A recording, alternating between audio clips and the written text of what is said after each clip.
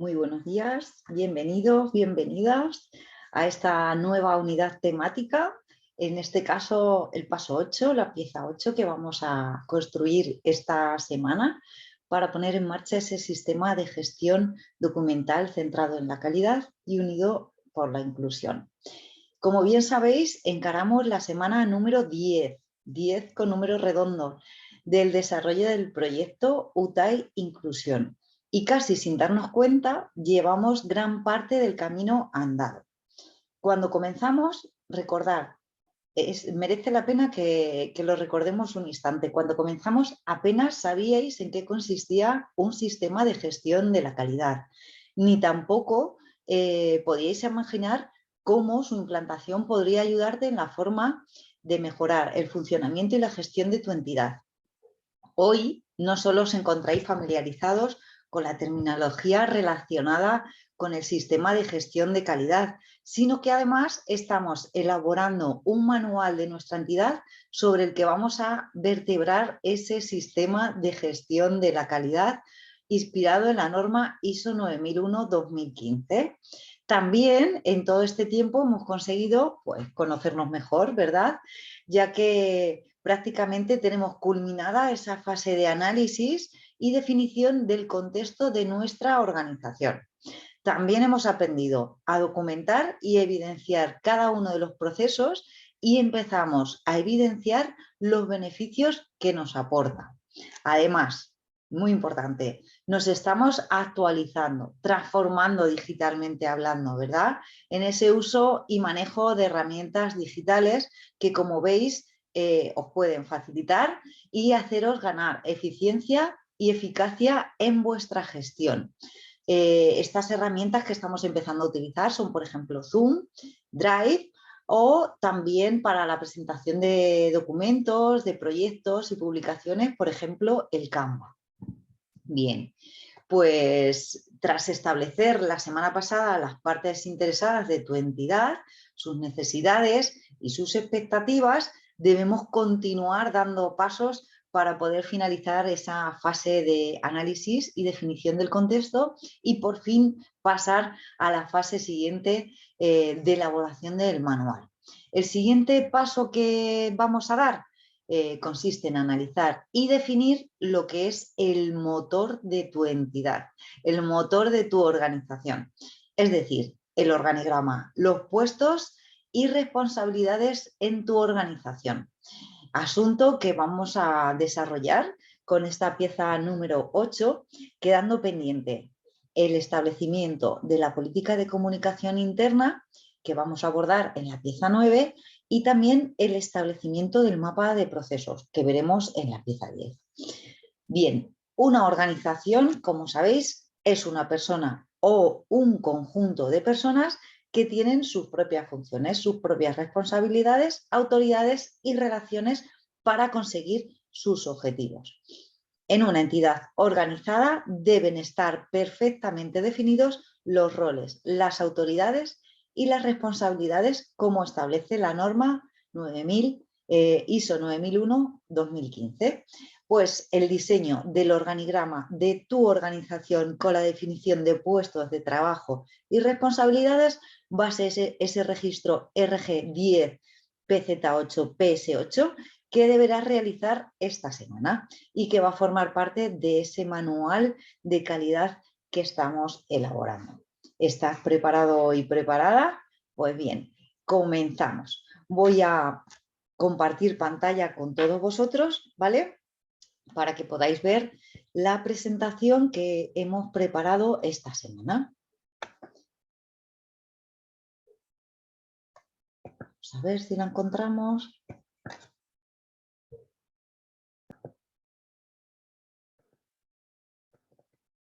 Ahí va, por fin.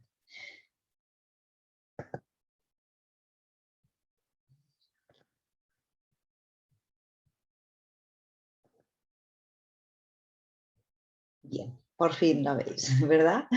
Bueno, pues aquí tenemos la presentación de esta pieza 8, que como cada semana vamos a ir desarrollando en esta videoclase. Bueno, como hemos comentado antes, esta semana toca la pieza 8. Vamos a ver el organigrama, los puestos y responsabilidades de tu entidad. Y vamos a ver cómo poder establecerlos. Bien, bueno, pues esta pieza 8 la hemos dividido en estos 4 puntos muy importantes que vamos a ir desarrollando poco a poco. El primero es la estructura organizativa de una organización y la norma ISO 9001-2015. Vamos a ver también dentro de ese apartado cómo es una estructura organizativa de una ONG, ¿vale? Una estructura tipo, para que os podáis hacer una idea de cómo puede ser la de vuestra organización. Posteriormente, en el punto número 2, vamos a ver la definición de responsabilidades y funciones. Vamos a ver cómo establecer esas responsabilidades y esos roles y además desarrollaremos algunas de las herramientas que nos sirven para poder establecer esa definición de roles y responsabilidades.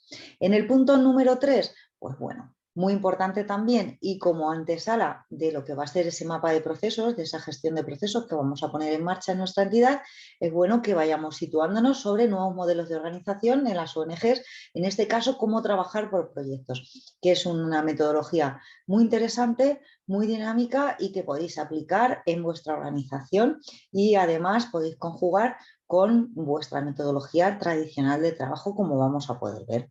Y en el último punto, en el punto 4, como cada semana vamos a trabajar el paso. Vamos a ver cómo diseñar el organigrama de tu entidad, ¿vale? Cómo definir esos puestos y responsabilidades que es tan importante como vamos a ir viendo a lo largo de la unidad temática, ¿vale? Bueno, pues vamos a comenzar. Si os parece, bueno, vamos a ver qué importancia le da la ISO 9001-2015 a lo que es la estructura organizativa de una organización, ¿vale? Vamos a ver cómo establece como requisito que definamos esa estructura y el por qué. Es muy importante que lo entendamos, ¿vale? Que entendamos la importancia y lo compartamos. Bien, pues el rendimiento de una organización está directamente relacionado con una adecuada elección y construcción de una estructura organizativa. La definición de la estructura organizativa de nuestra entidad, es decir, el organigrama. Este, atentos, es uno de los documentos más importantes del manual de calidad. Es un documento que, como decimos, va a formar parte de ese manual de la organización, ya que en él se define la estructura de la propia entidad, así como el personal y sus funciones. Y este es uno de los principales requisitos, como decíamos, de la ISO 9001. Documentar los roles y las responsabilidades. Es muy importante, por eso es un requisito vital para la ISO. ¿Por qué? Porque de esta manera, definiendo y documentando esos roles y responsabilidades, vamos a conseguir que todos los empleados, remunerados o no, es decir, empleados nuestros o voluntarios y también responsables de la organización, van a saber lo que se espera de ellos, cuál es su incidencia en el sistema de gestión de la calidad y también cómo pueden contribuir al éxito del proyecto. Por lo tanto, un organigrama es una representación gráfica en la que vamos a mostrar toda la estructura de la organización.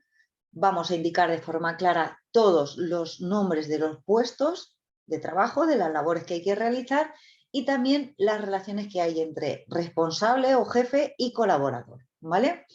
Además, esto lo podemos incluir como información documentada dentro de nuestro sistema de gestión de la calidad para especificar los puestos de autoridad que existen dentro de nuestra organización. Conocer los roles y responsabilidades de cada uno de los integrantes de una organización es esencial para que podamos ejecutar los procesos de trabajo con agilidad y con eficiencia. Además de evitar socios insatisfechos, oportunidades perdidas, confusiones, mal clima interno, pérdida de tiempo, trabajadores también insatisfechos e improductivos, pérdida de beneficiarios. Todo esto nos lo vamos a ahorrar con esa definición de roles y responsabilidades de cada uno de los integrantes de la organización, ¿vale? Es algo que nos pide la norma. como requisito nos pide que definamos esos roles y esas responsabilidades dentro de nuestra organización. Y bueno, pues para poder dejar evidencia de cuáles son esos roles y esas responsabilidades, debemos diseñar el organigrama y además poder ampliarlo con unas fichas donde se describan los perfiles y los puestos de trabajo. La calidad es responsabilidad de todos, pero puede transformarse en la responsabilidad de nadie si no hay un liderazgo claro y adecuado en la organización. Por lo tanto, es muy importante que todos aquellos que lideran un área, que lideran una tarea, que lideran una función, lo hagan de manera adecuada, sabiendo qué es lo que se espera de ellos, qué es lo que tienen que hacer y cuáles son sus funciones. ¿De acuerdo? Muy importante. Bueno, pues visto cómo la ISO visualiza o la importancia que le da a la estructura de nuestra organización, vamos a ver cómo sería una estructura organizativa de una ONG, una estructura tipo, ¿vale?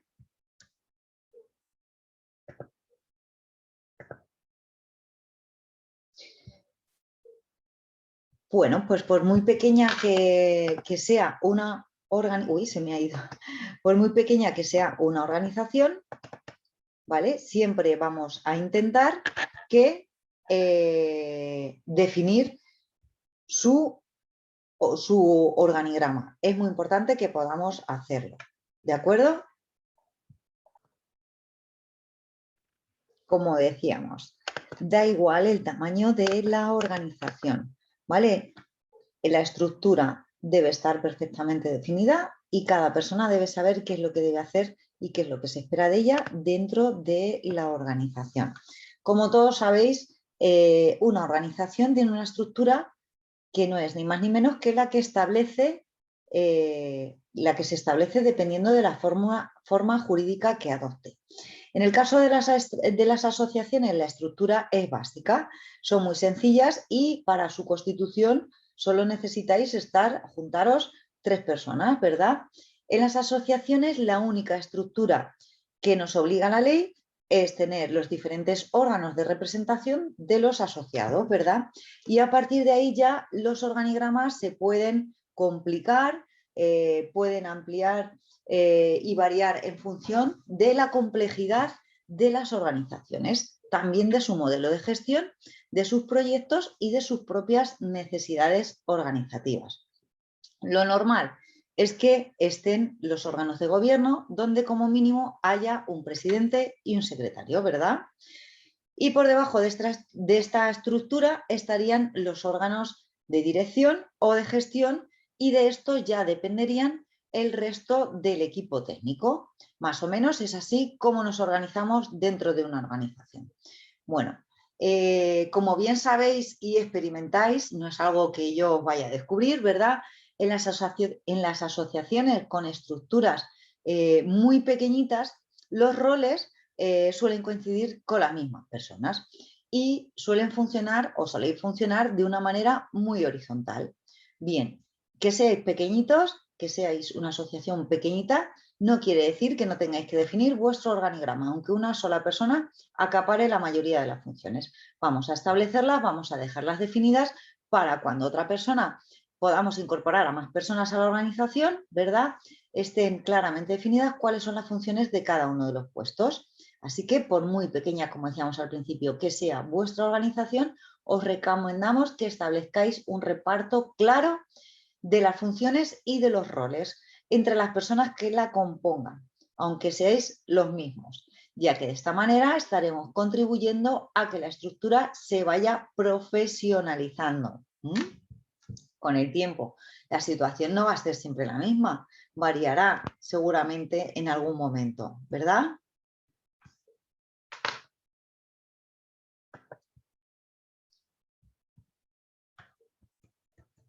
¿Por qué no se pasa esto?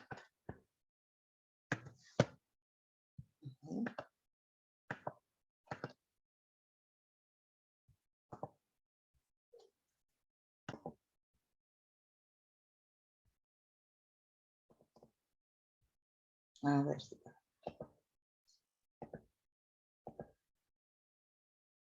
Bien, el organigrama.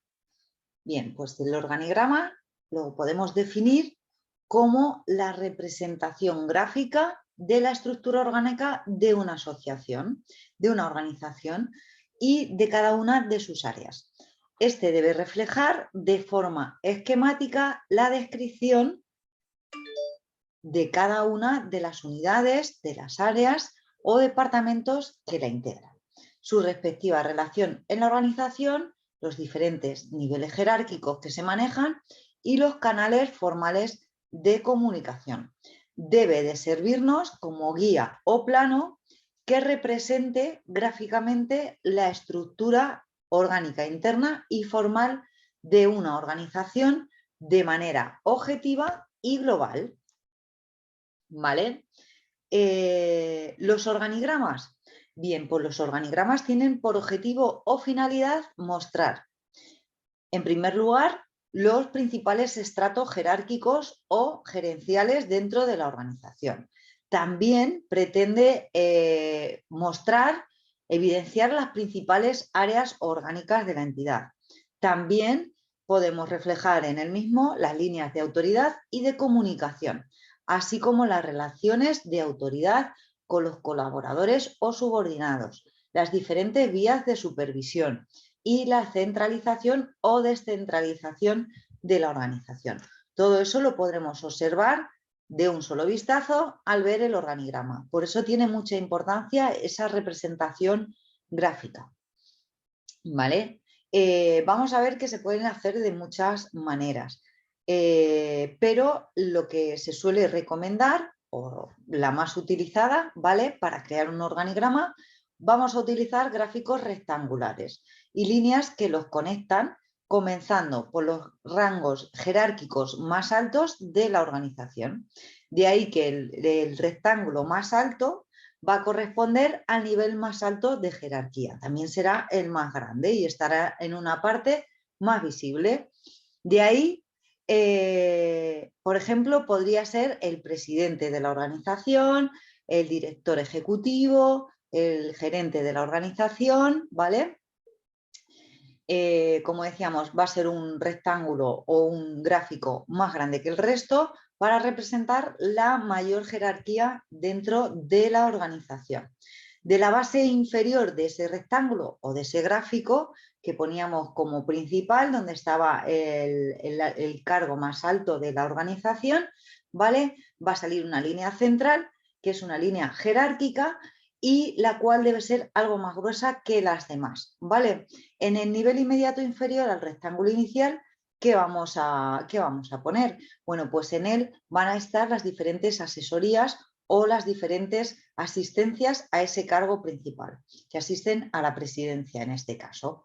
Bien, en el siguiente nivel van a estar las diferentes unidades operativas, cada una con sus clasificaciones o sus áreas respectivas. Por ejemplo, finanzas, voluntariado, proyectos, autogestión, ¿vale? Los servicios que desde nuestra organización ofrezcamos. Un organigrama siempre debe tener sobriedad en el esquema, debe tener un equilibrio en la distribución de los rectángulos, la letra que sea clara y de fácil lectura, la proporcionalidad de los tamaños y que represente también esa jerarquía que decíamos, que las líneas del trazado, ¿vale?, no se crucen, tal y como estamos viendo en el esquema ese de ahí abajo que os hemos puesto en la diapositiva, ¿vale? Y sobre todo debe ser de fácil lectura e interpretación. Cuando lo diseñemos debemos tener muy presente que lo que tratamos es de hacer una descripción gráfica de la estructura orgánica interna de nuestra entidad y ahí lo debemos hacer de una manera formal, ¿vale? Para que la organización quede descrita de manera objetiva y de manera global en ese organigrama. Aquí tenemos un ejemplo. Como veis y como decíamos, ¿veis? En el rectángulo principal, el de arriba, sería el que se corresponde con el nivel más alto de jerarquía. Hemos visto, como decíamos, que salía una línea más gruesa, esa línea jerárquica, ¿verdad?, central, de la que salen todas las demás. Bien, en la segunda línea, que aparecen 4 rectángulos más pequeñitos, ¿vale? Se correspondería con las asesorías o asistencias al cargo principal. Y en la línea de más abajo, en la tercera línea que podemos observar en ese organigrama, como comentábamos, estarían las unidades operativas. De cada una de ellas podrían salir diferentes rectángulos, ¿verdad? Diferentes flechas con las diferentes áreas de cada una de ellas. El organigrama lo podemos complicar tanto como queramos, pero eso sí debe responder, debe representar a lo que es la estructura interna de nuestra organización, ¿vale? Este es un ejemplo muy sencillo.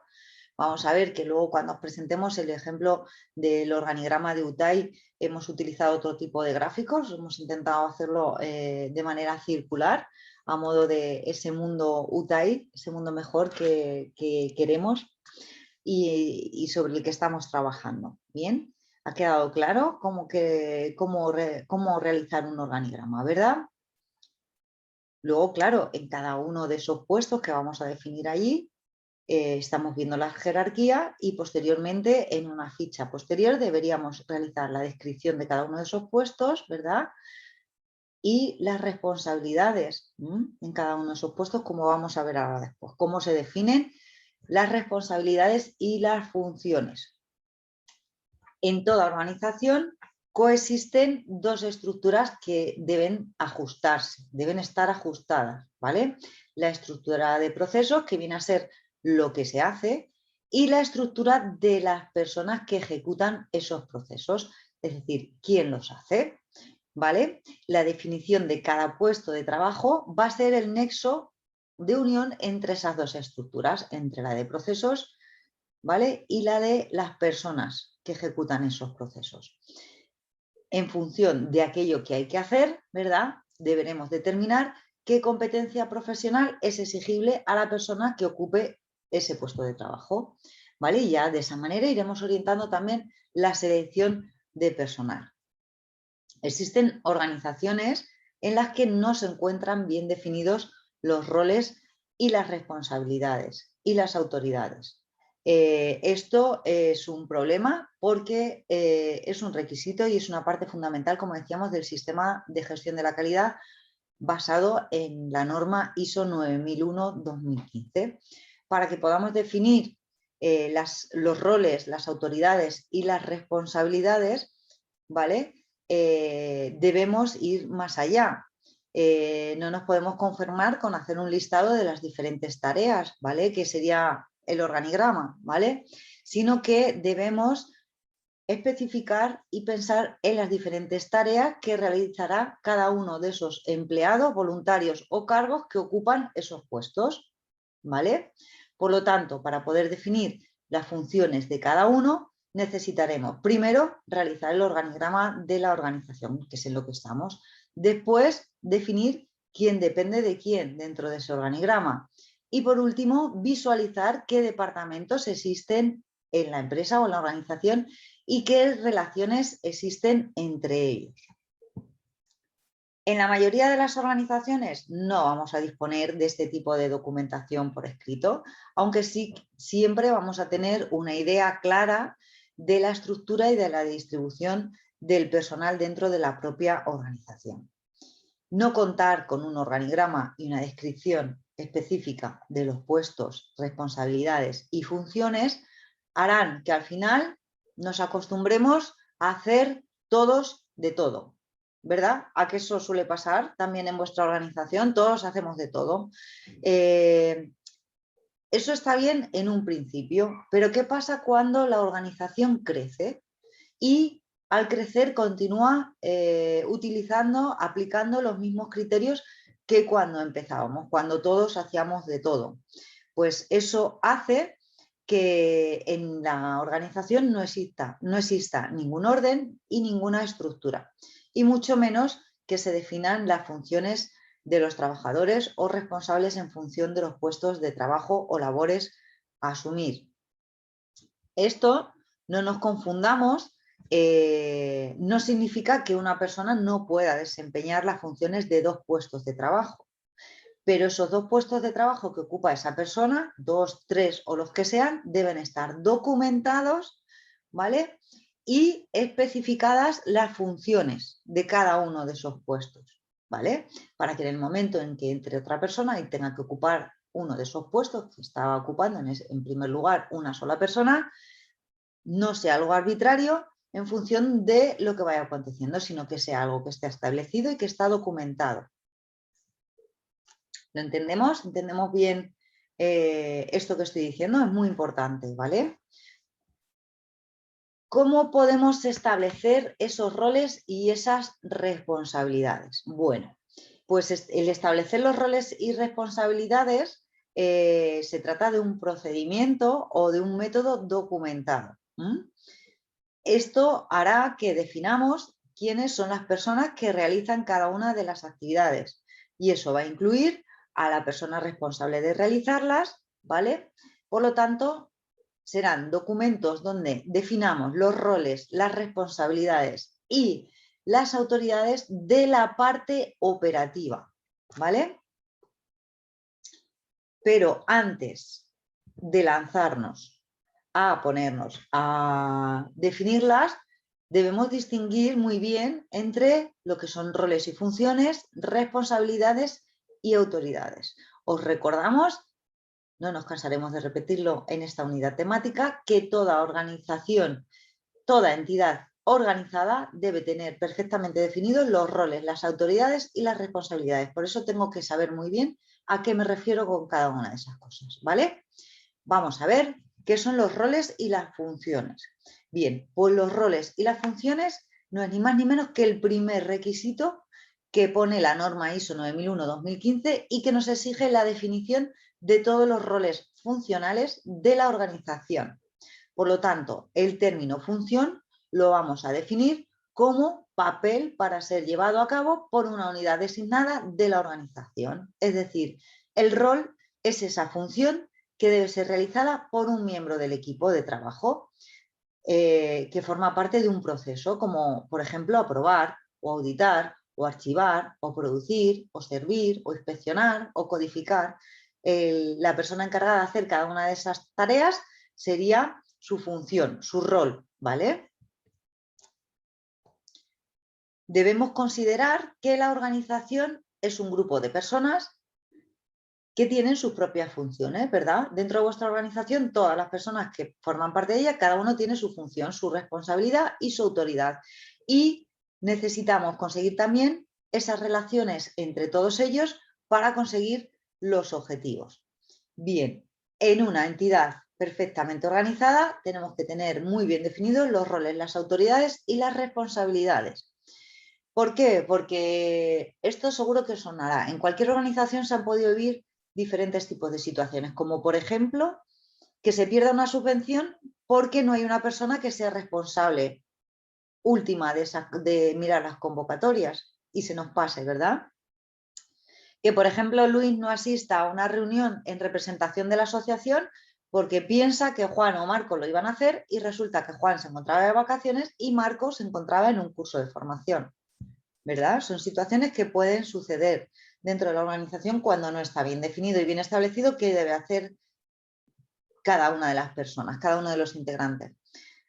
Puede suceder que perdamos, por ejemplo, la oportunidad de captar socios porque no existe una persona responsable de la captación de los mismos y solo realizamos acciones puntuales y cuando se nos ocurre. Bien, pues todo esto tiene que estar perfectamente planificado y debe haber una persona responsable de cada una de las cosas, ¿vale? El reparto de las tareas. Bien, si ha quedado claro lo que son los roles y funciones, vamos a ver qué son las responsabilidades. Bien, el término responsabilidad lo vamos a poder definir como ser la persona que cuenta con el compromiso y la obligación para con algo. ¿Qué quiero decir con esto? Bueno, quiero decir, por ejemplo, un jefe de capacitación, va a ser el responsable de llevar a buen puerto todos los conocimientos de las personas que tiene a su cargo. Es decir, que las personas que están trabajando tengan la capacitación suficiente para el desempeño del puesto que ocupan, va a ser responsabilidad del jefe de capacitación, ¿verdad? Por lo tanto, las responsabilidades no tienen por qué ser únicas, ¿vale? Pueden ser varias dentro de un cargo y se utilizan para obtener un resultado concreto, ¿vale? La matriz de asignaciones de responsabilidades, RACI, que la vamos a ver más adelante, que la vamos a desarrollar en el siguiente apartado, se suele utilizar dentro del equipo de trabajo de un proceso con el que especificar los roles y las responsabilidades a la hora de hacer una acción, una actividad específica. Lo vamos a ver ahora después, ¿vale? Lo que tenemos que tener muy claro es que debemos asegurarnos de que exista una única persona responsable de la tarea concreta. Así evitaremos confusiones sobre quién se encuentra a cargo de algo o quién tiene autoridad sobre el trabajo o sobre una actuación determinada. Las autoridades. Bueno, pues las autoridades se va a referir a la potestad y a la doble función de mandar por un lado y de conseguir ser obedecido por otro. No basta con mandar, nos tienen que obedecer, ¿vale? El puesto será de una sola persona sobre el resto.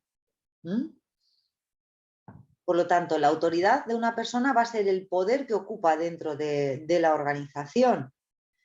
El presidente, por ejemplo, de una organización es la máxima autoridad, ¿vale? De la misma. Y todos los miembros de la organización le deben de responder cada vez que exista esa necesidad, ¿vale? Por lo tanto, la autoridad, digamos que se compone de dos fases. Por un lado, la formal, que es la que se ejerce, la que ejerce el responsable de cada departamento sobre los subordinados, sobre las personas que tiene a su cargo. Y por otro lado está la autoridad operativa, que no se ejerce sobre las personas, sino que se define como la potestad que tiene alguien para decidir algo en un momento concreto, para realizar una serie de acciones concretas que están dentro de su responsabilidad, de su función, ¿vale? Un ejemplo de autoridad operativa, por ejemplo, es el responsable de subvenciones dentro de vuestra entidad, podrá tomar decisiones sobre optar a una subvención o optar a otra subvención, ¿verdad? En función de sus criterios, ¿vale? Se supone que si está en ese puesto es porque está capacitado para él y tiene más información y más habilidades para ese puesto que otra persona, ¿verdad? Entonces, tendrá autoridad operativa para poder decidir sobre las subvenciones, ¿verdad? Para representar también las autoridades, de forma visual podemos utilizar el organigrama, en el que se apliquen todos los procesos. En todo caso es necesario que documentemos roles y responsabilidades y que estos tengan carácter único y específico y todo esté detallado, ¿vale? Tener en cuenta que contando de esta manera con un documento para roles y responsabilidades que incluya a todos los cargos, responsabilidades y autoridades y a quienes se les ha asignado dentro de la organización. Así, si alguien tiene alguna duda en cualquier momento del proceso, sabrá a quién debe dirigirse. Por lo tanto, al establecer responsabilidades y funciones de los profesionales, tanto remunerados como voluntarios, y recogerlas dentro de los correspondientes documentos, por un lado el organigrama, por otro lado el manual de funciones, donde describimos los puestos y las responsabilidades, lo que estamos haciendo es trasladar el diseño de nuestros procesos a la definición del trabajo que se realizará por parte de cada uno de los profesionales, recogiendo también las relaciones que se establezcan entre cada uno de ellos. Este enfoque refleja una visión en la que lo importante no son las tareas a realizar en este puesto, sino que la descripción del puesto recoja la lógica de los procesos, estando estos orientados siempre a la atención de las necesidades y expectativas de quién, de las partes interesadas, en especial de los beneficiarios, de los asociados a los que prestamos nuestros servicios. ¿De acuerdo? Bien, vamos a ver entonces algunas herramientas para poder definir esas responsabilidades y esas funciones dentro de nuestra organización. Y en este caso os vamos a presentar la matriz de asignaciones de responsabilidades, la matriz RACI, que es una de las herramientas más utilizadas para la definición de roles y responsabilidades. Si digo matriz de asignación de responsabilidades, ¿por qué se llama RACI? Bueno, pues porque RACI se refiere en inglés, ¿vale? Y se refiere a esos términos que vemos ahí abajo, ¿vale? La R, que se corresponde con la palabra responsable, ¿vale? Sería la persona que ejecuta la tarea. Su función es hacer.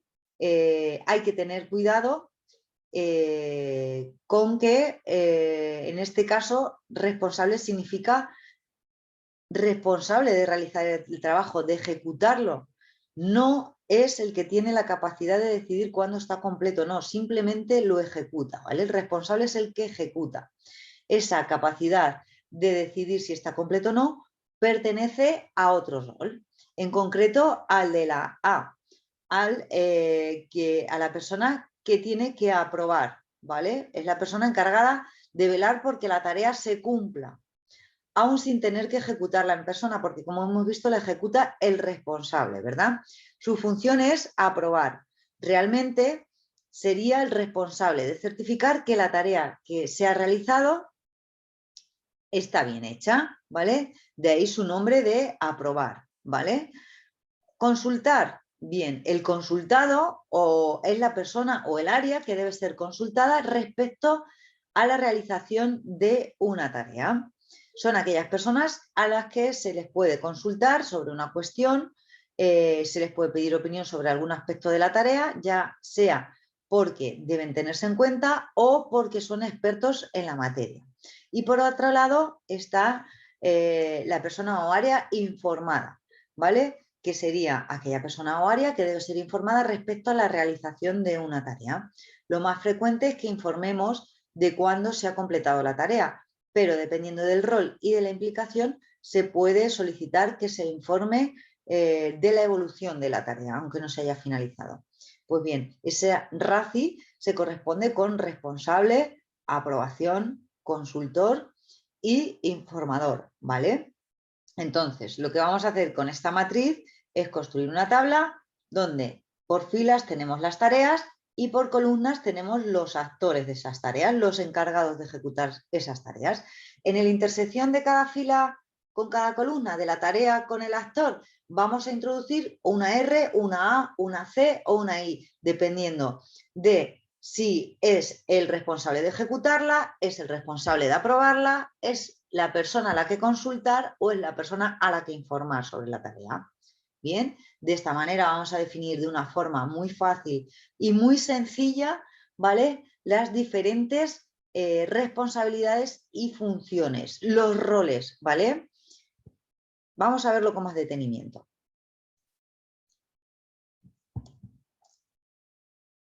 La matriz RACI también es conocida como matriz de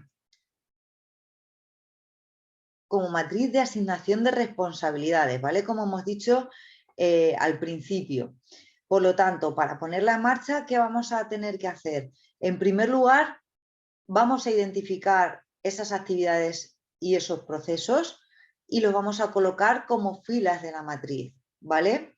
Vamos a identificar, a definir los principales roles, funciones y los vamos a colocar como columnas de la matriz. Vamos a asignar esos códigos R, A, C, I, como decíamos. Es importante que cuando los coloquemos y veamos todas las intersecciones de las tareas con las personas que lo ejecutan, podamos sacar conclusiones, ¿vale? Podamos identificar problemas, ambigüedades. ¿Cuáles pueden ser estos? Pues pueden ser solapamientos, algunos huecos que se quedan vacíos dentro de la matriz, algunas dudas que tengamos con respecto a ello y de esta manera vamos a poder poner un plan, una solución o una estrategia para poder resolverlas, ¿vale? Y también vamos a ver cómo un mismo rol puede ser compartido por más de una persona o viceversa, sobre todo en organizaciones pequeñas. Que hagamos esta definición, esta clasificación, como os decía, no quiere decir que una persona no pueda hacer dos tareas, ¿vale? Por lo tanto, una matriz RACI va a ser un documento que nos va a ayudar a recopilar la información sobre las actividades, también sobre las personas responsables de llevarlas a cabo, y una vez esté realizado se convierte también en una fuente de información para poder documentar las autoridades y responsabilidades de un proceso. Mirad, veíamos este ejemplo de matriz RACI. Como veis, por un lado, en las filas hemos puesto, en las columnas, perdón, hemos puesto a los actores, a las personas encargadas de hacer la tarea. En este caso sería el patrocinador, el director, interesados y muy influyentes y poco influyentes. Y por otro lado tenemos las tareas, ¿vale? En las filas tenemos las tareas. Tenemos, por ejemplo, la tarea de hacer el acta de constitución del proyecto, la tarea de identificar a los interesados, la tarea de realizar el plan del proyecto y la tarea de planificación del proyecto. Y como veis, bueno, pues donde se cruzan, ¿vale? El patrocinador, por ejemplo, con cada una de las tareas se le ha aplicado una letra de esa matriz RACI. La ha acordado que era la de aprobar, ¿vale? El patrocinador debe aprobar cada una de las tareas, ¿lo veis? El director del proyecto, sin embargo, que lleva la letra R, sería el responsable, en este caso, de ejecutar cada una de esas tareas. Las personas muy influyentes serían las personas a las que consultamos cualquier duda que suceda, y las personas interesadas poco influyentes serían las personas a las que debemos informar sobre cómo evolucionan esas tareas o cómo se están realizando esas tareas. Vamos a ver otro ejemplo para que os quede claro. Como veis, en las columnas, los actores Julio, Javier, Félix y Daniel son personas de nuestra organización, vamos a pensar, ¿vale? Y en las diferentes filas, las actividades o los recursos de los que se encargan. Elaborar el plan de gestión, realizar el estudio de uso de las TIC, planificación, capacitar a los usuarios, desarrollo del proyecto, verificación de errores y cerrar el proyecto. Bueno, aquí vemos que además de algunos huecos, como pasaba en la matriz RACI anterior, también algunas personas realizan más de un rol, más de una función, ¿verdad? Julio, por ejemplo, estamos viendo que por un lado es una persona a la que consultar, ¿verdad? Para elaborar el plan de gestión, y a la que también tenemos que informar sobre cómo va ese plan de gestión, ¿vale?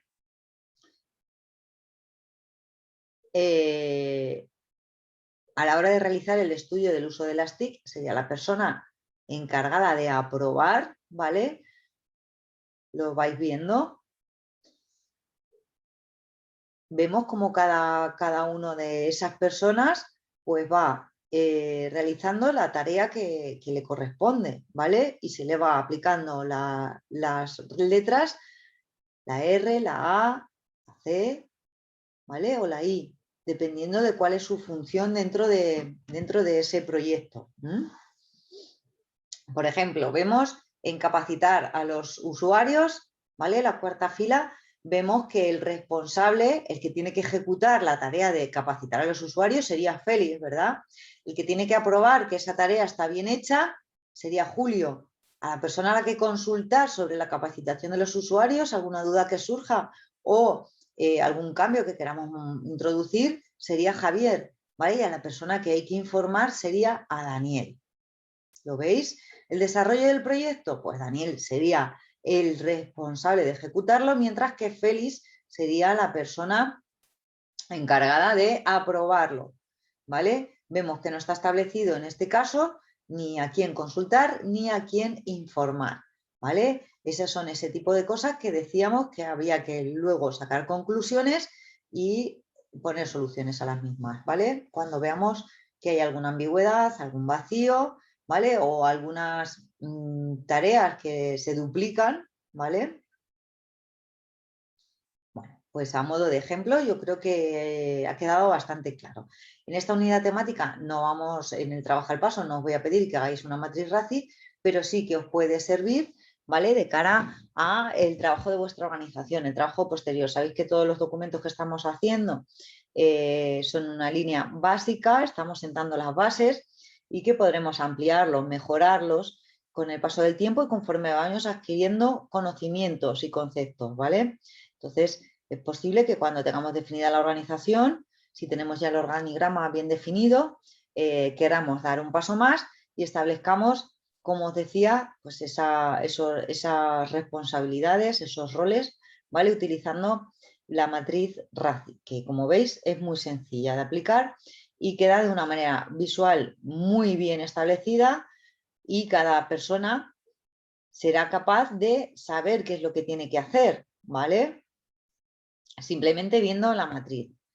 Es una manera, por lo tanto, de tener gráficamente también establecidas esas responsabilidades. Por lo tanto, una matriz RACI, una vez hecha, ¿vale? Se convierte en una fuente de información, ¿verdad? Para que podamos documentar quiénes son las autoridades y las responsabilidades de cada uno de los procesos. Imaginaos, pensar que muchos de vosotros compartís el servicio de logopedia o de psicología o de fisioterapia. Pues eso, ¿quién es el responsable? ¿Quién es el aprobador de ese servicio? ¿Quién es la persona a la que consultar y a la que informar? Vamos a ir estableciendo eso por procesos.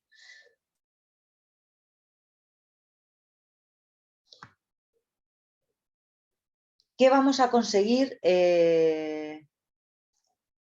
estableciendo esas responsabilidades y esas funciones?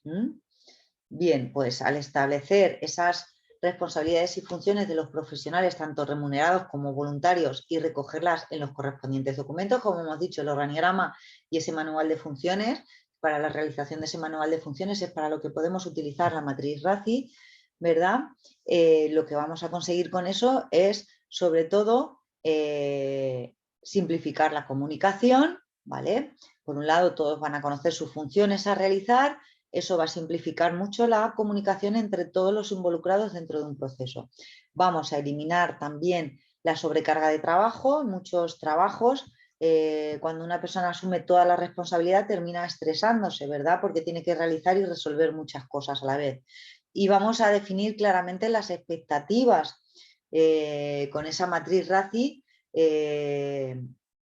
Todos los involucrados en un proyecto van a tener las expectativas correctas de cómo se va a ejecutar el proyecto, quién se va a encargar de cada cosa y qué responsabilidades tiene uno mismo sobre el mismo, ¿vale? Entonces, es muy importante.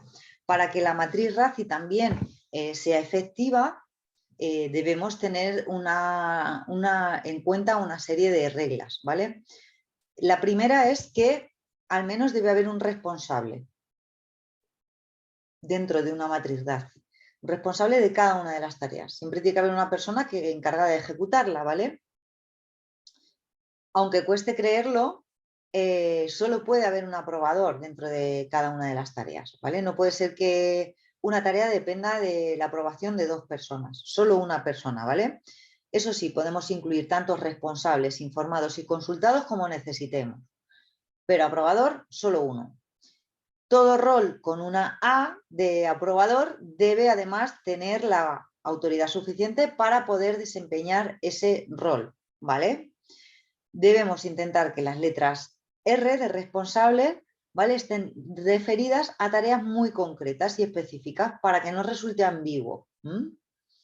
Y es importante que tengamos la seguridad de que todas esas personas que hemos identificado como actores de cada una de las actividades sean productivos, ¿vale? Tengan trabajo que hacer y sean productivos. Una confusión que a menudo ocurre incluso en las mejores organizaciones es que más de una persona es responsable de una tarea, como decíamos. Eso hace que algunos miembros no sepan nunca a quién acudir. Además de que haya funciones esenciales que no se ejecuten cuando nadie las ejerce, ¿vale? Ninguna de esas personas, como no hay un responsable, la responsabilidad se diluye en el grupo, ¿vale? Por eso recomendamos que identifiquemos a las personas por las letras en la matriz, siendo lo más importante que cada uno sepa qué tareas se corresponden con la letra R, quiénes son los responsables de ejecutar cada una de las tareas, ¿vale? Debemos elegir cuidadosamente a los responsables, a los consultores y a los informados. Por ejemplo, si tenemos en el equipo una persona que no está a un nivel de especialista, no es muy recomendable que lo pongamos como consultor, ¿vale? Vamos a tener todas esas todas esas cosas en cuenta. Y ya veréis cómo con la matriz RACI va a ser muy, muy fácil establecer esas responsabilidades y funciones dentro de la organización y establecer ese orden tan necesario para una mejora de la eficacia y la eficiencia en la gestión de nuestra organización. Y bueno, y vamos a ver cómo además existen nuevos modelos de organización en las ONGs. Como sabéis, en el ámbito de las organizaciones no es nada que yo vaya a descubrir. Es muy habitual escuchar frases como es competencia de mi departamento, debíamos aclarar cuáles son mis funciones, es importante mejorar la comunicación interna, ¿verdad? Son cosas que se dicen mucho dentro de las organizaciones. ¿Por qué os suenan estas frases? Bueno, pues estas frases os suenan porque son realidades que responden a las formas de trabajar que han predominado a lo largo del tiempo y que aún hoy son útiles, lo han sido y en determinados contextos lo van a seguir siendo. ¿Qué sucede? Bueno, lo que sucede es que esa forma de trabajar, esa metodología, no siempre funciona, no siempre son suficientes para alcanzar algunos retos de las entidades y sobre todo para que nos podamos adaptar a un entorno que, como bien sabéis, cada vez está más cambiante, de cambios más rápidos y nada predecibles. Esto hace que hoy en día las organizaciones sociales, dentro de estas, estén emergiendo nuevas formas de organización de trabajo, que destacan sobre todo por su flexibilidad e impacto y que, no siendo fáciles de poner en marcha, resultan efectivas y motivadoras, como es el caso de UTA e Inclusión. Nos podríamos incluir en esa nueva metodología, en esos nuevos modelos de organización de las ONGs, ¿vale?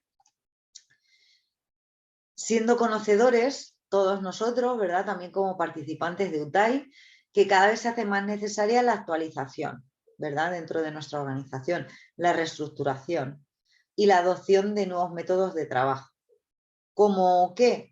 ¿A qué métodos de trabajo me refiero? Pues me refiero, por ejemplo, al rediseño de procesos, a la orientación a la calidad, a la utilización de metodologías ágiles de trabajo por equipos que mejoren el rendimiento, en este caso, de UTAI, de las asociaciones participantes de UTAI Inclusión. Las entidades que participáis en UTAI Inclusión y las que no también, pero las que participáis de UTAI, os enfrentáis a retos como la flexibilidad, la capacidad de adaptación, un nuevo escenario de financiación, ¿verdad? El trabajo en red, cómo optimizar el impacto de vuestra actividad, cómo medir los resultados. Estamos aprendiendo a hacer todo eso, ¿verdad que sí? Poco a poco, paso a paso, semana a semana, estamos aprendiendo a hacer eso. Nos estamos dotando de herramientas para afrontar ese cambio que nos lleve a ¿qué? Que nos lleve a la consecución de los resultados y objetivos estratégicos y para transformar nuestra cultura organizacional, que hemos visto en unidades temáticas pasadas, que era muy importante que la definamos y no dejemos que se defina por sí mismas, ¿vale? Bien, pues hoy queremos presentaros una metodología que supone una de las principales herramientas desde el punto de vista organizativo. Se trata del trabajo por proyectos, mediante el cual la actividad se organiza de manera puramente transversal y muy dinámica. ¿Cómo podemos poner en marcha el trabajo por proyectos? Bien, pues el trabajo por proyectos, en ellos lo que hacemos es que definimos el equipo en base a un objetivo, es decir, tenemos un proyecto, tenemos un objetivo y elegimos el mejor equipo para ese objetivo. Ese equipo, el propio proyecto va a determinar cuál es la duración de ese equipo, ¿vale? Cuál es el esquema de funcionamiento y qué personas lo van a formar. Una vez queda cumplido el objetivo, queda terminado, finalizado, concluido el proyecto, ese equipo puede dejar de existir, ¿vale? Y se configurará otro para abordar otro proyecto, ¿vale? Los perfiles de las personas que van a formar parte de ese equipo del proyecto, ¿vale? Se van a seleccionar sobre todo en base a sus habilidades para cumplir ese objetivo. No tanto por sus conocimientos o lo que saben hacer, sino por cómo lo hacen. Tampoco va a importar qué cargo ocupan dentro de la organización. Lo importante es formar un equipo que sea capaz de abordar con éxito ese proyecto, ¿vale? ¿Qué más decir del trabajo por proyectos? Bueno, pues el trabajo por proyectos, que es muy interesante, como os decía, muy dinámico, muy ágil y muy recomendable para vuestras organizaciones, no es exclusivo, es decir, es compatible con otras estructuras. No porque empiece a trabajar por proyectos en un proyecto determinado, tengo que cambiar toda la metodología de trabajo de mi organización. Puedo estar trabajando de manera tradicional, de manera habitual, y en un proyecto nuevo que pongamos en marcha, empezar a implementar esta metodología y aplicar esta metodología en ese proyecto, ¿vale? Estando trabajando en paralelo, ¿vale? En un puesto dentro de un área funcional clásica dentro de nuestra organización, ¿vale? Esto es muy importante y esta forma de trabajo, como decíamos, es compatible con otras estructuras. Suma o multiplica. No tienes por qué sustituir, sino simplemente lo que hacemos con este trabajo por proyectos es enriquecer, ¿vale?, a nuestra organización. En el trabajo por proyectos no hay asignación a un puesto con funciones permanentes, ¿vale? Las funciones siempre van ligadas al proyecto. Es decir, asignamos roles para la eficacia del equipo, que luego pueden intercambiarse en otro proyecto diferente. Puede ser que en otro proyecto yo ocupe otro rol, ¿vale? Lo que buscamos es la eficacia del equipo. Y finalmente, habría que preguntar, ¿y los jefes? ¿Existirán los jefes dentro del trabajo por proyecto? Pues claro que sí, existirá un líder del proyecto, ¿vale? Y eso no estará vinculado ni directamente proporcional al puesto que tuviera en el organigrama clásico, ¿vale? Siendo aconsejable incluso que el rol de líder del proyecto puede ir rotando. La principal condición para el éxito del modelo es que la persona que lo vaya a asumir, que asuma el liderazgo del proyecto, acredite suficientes habilidades profesionales para desempeñar ese liderazgo. Desde luego que en la gestión de personas en el ámbito no lucrativo, que es donde movéis vosotros, es muy importante también cuidar a los que cuidan. Es decir, asumir la responsabilidad de acompañar en la gestión del cambio a los equipos de nuestras entidades, que sirvamos de orientadores, que les proporcionemos nuevos métodos, nuevas formas de trabajo, ¿vale? Como esos mismos profesionales acompañan en sus procedimientos, en su proceso de crecimiento a los colectivos con los que trabajan. Vamos a intentar facilitarles el trabajo, ¿vale?, a los profesionales que trabajan dentro de nuestras entidades. El trabajo por proyectos, por ejemplo, en ACADE es una realidad.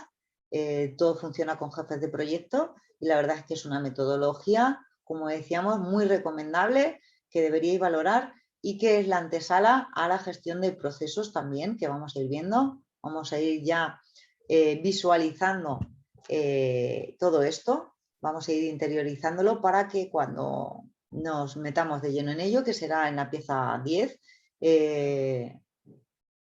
nos resulte ya familiar, no nos resulte algo extraño, ¿vale? Bueno, pues con esto podemos decir que el tema, la unidad temática, ha finalizado. Quedaría pues realizar ese organigrama de puestos y funciones de nuestra organización en el cuaderno de campo, ¿vale? Es lo que os vamos a pedir esta semana para trabajar el paso, ese RG10 de la pieza 8, el paso 8, ¿vale? Os recordamos que en toda organización coexisten dos estructuras que debemos ajustar, ¿vale? La estructura de procesos, acordaros lo que se hace, y la estructura de las personas. ¿Quién las hace? ¿Quién ejecuta esos procesos? ¿Vale? La definición de cada puesto de trabajo, de cada puesto dentro de vuestra organización, es el nexo entre esos procesos, entre la estructura de procesos y quién las ejecuta, la estructura de personas, ¿vale?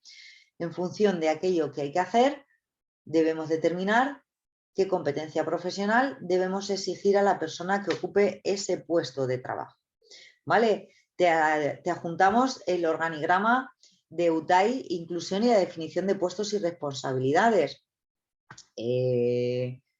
como veis, os lo he querido poner aquí hoy para que pudierais verlo, el organigrama puestos y funciones de UTAI todavía no está porque UTAI, como decimos, lo estamos creando entre todos nosotros. En un futuro, la visión que tenemos de UTAI, como hemos visto, siempre hemos dicho que pensábamos que UTAI podía ser una entidad que aunara a todos los participantes, ¿vale? Que sumáramos sinergias y en el cual pudiéramos prestar diferentes servicios a todas las asociaciones que formáis parte de UTAI Inclusión. Entonces nosotros lo que hemos hecho es imaginar el organigrama, el futuro organigrama de UTAI Inclusión, ¿vale? Una vez todas las entidades tengáis implantadas el sistema de gestión de la calidad, empecemos a funcionar y empecemos a crecer en conjunto, empecemos a coordinarnos, a coordinar nuestros recursos, a coordinar nuestros servicios, a coordinar pues nuestras misiones, ¿vale? Y bueno, hemos pensado que en UTAI Inclusión podía haber perfectamente un presidente, una presidenta, ¿verdad? Lo hemos visualizado ahí en ese mundo UTAI, por un mundo mejor. Y bueno, pues en torno a ello, como veis, aquí no hemos utilizado el diagrama que os comentaba anteriormente, lo que hemos hecho es hacerlo con forma circular, ¿vale? Relacionado con nuestro mundo UTAI. Bien, pues en torno a ese presidente hemos creado los siguientes cargos. Debería haber, como siempre, un secretario y un tesorero, ¿verdad? Debe haber también, entendemos, un responsable de calidad, ¿vale? Un responsable de coordinador de asociaciones, un responsable de recursos humanos que por un lado se divida en dos y por un lado lleve el voluntariado y por otro lado sea responsable de la selección y la formación de los profesionales. También debe haber un responsable de comunicación, ¿verdad? De comunicación interna, comunicación en redes sociales, un responsable de subvenciones, un responsable coordinador de servicios. Hemos pensado que bueno, si la mayoría de las asociaciones, de las entidades que forman parte de UTAI Inclusión, tienen esos servicios, psicología, fisioterapia, logopedia y por supuesto administración, necesitaríamos también algunos administrativos, ¿verdad? Para poder gestionar mejor dentro de nuestra organización. Bueno, pues ¿por qué no coordinarlo todo desde UTAI y poder tener, pues eso, contar con esos profesionales desde UTAI que pudiera prestar servicios en las diferentes asociaciones? Pues, por eso es tan importante la figura del coordinador de servicios y del coordinador de asociaciones, ¿vale? Hemos puesto esos servicios, psicología, fisioterapia, logopedia y administración, pero bueno, en un futuro podríamos ver qué servicios habría que incluir, igual sobre alguno o igual nos falta alguno, ¿vale? Y también hemos creído que debía haber un responsable de atención al usuario, un responsable que por un lado gestionara la información general sobre UTAI y otra sobre los servicios que pueda prestar UTAI, que incluso ya desde ahí derivara. Podrá derivar a una asociación o a otra en función pues, de los recursos, de la disponibilidad que hubiera, etcétera. ¿Vale? Este es el organigrama de puestos y funciones de UTAI y a partir de ahí lo que habría que desarrollar sería, como decíamos, esas fichas, ese manual donde definamos las funciones, los roles, las responsabilidades y las autoridades, como hemos visto con esa matriz RAC. ¿Vale? Os vamos a esta semana.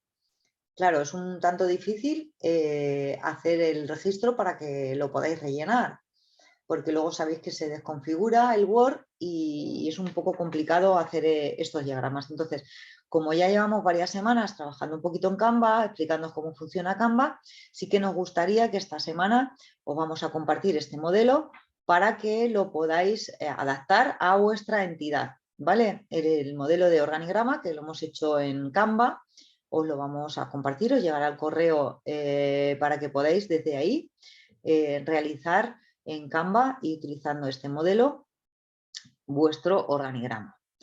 Así que espero que no tengáis muchas dudas. Os recuerdo que el viernes nos vemos, el viernes tenemos encuentro semanal a las 10, donde vamos a poder ver, espero, alguno de vuestros organigramas. Me encantaría que los pudierais presentar y así nos conociéramos mejor.